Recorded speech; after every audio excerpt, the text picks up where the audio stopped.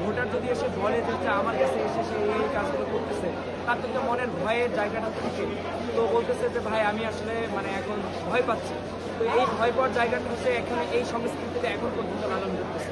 Polling agent হয়ে সে একই সঙ্গে দুইটা কাজ করতে পারে। সে ক্যাম্পেইনও করতেছে, ভেতরে পোলিং এজেন্ট হিসাবেও আছে, কিছুক্ষণ বাইরে আসতেছে, কিছুক্ষণ পর বাইরে যাচ্ছে। তো এত কিছুর পরেও আমরা আশাবাদী ভোটটা আসলে সুষ্ঠু হোক এবং ভোটটা অংশগ্রহণমূলক হচ্ছে। তার থেকে বড় বেশি যে ভোটটা আসলে মানে স্বচ্ছ চেষ্টা করেছে, আমরা দেখেছি এই ব্যক্তিরা এর আগেও ছাত্রী সংস্থার মেয়েদেরকে নিয়ে কী পরিমাণে কুরুচিপূর্ণ মন্তব্য করেছে।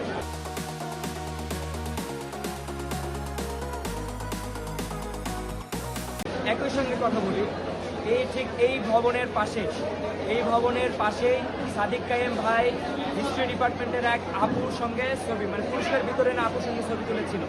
হিস্ট্রি ডিপার্টমেন্টের আপু যখন হচ্ছে উনি রানার্স আপ হয়েছিল, ওনার ছবিটা দেওয়ার পর কি পরিমাণে কুরুচিপূর্ণ মন্তব্য করেছিল এই গোষ্ঠীর কাছ থেকে, সেটা ওই আপু সর্বশেষ থানায় জিডি করেছে, প্রক্রিয়াল বডিতে, ডিপার্টমেন্টে সবগুলো অভিযোগ করেছে। আপু এতদিন ধরে হাইট রাখতে বলছিল, বলতে হাইট রেখেছি। তবে আজকে তাদের মুখোশ হচ্ছে এই ধরনের, এদের কাছে নারীরা কোনো নিরাপদ না। এদের কাছে শুধু নারী না, কোনো ছেলে, কোনো ক্যাম্পাস, কোনো নিরাপদ থাকতে পারে না বলে আমরা ফিল করেছি।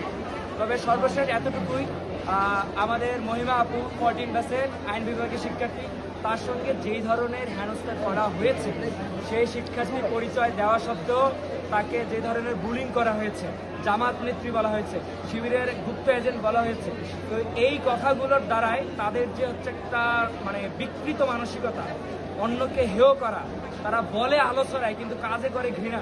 তো এই যে ঘৃণা ছড়ানোর যে মানসিকতা, এইটার প্রতি উত্তর আজকে ইনশাল্লাহ শিক্ষার্থী।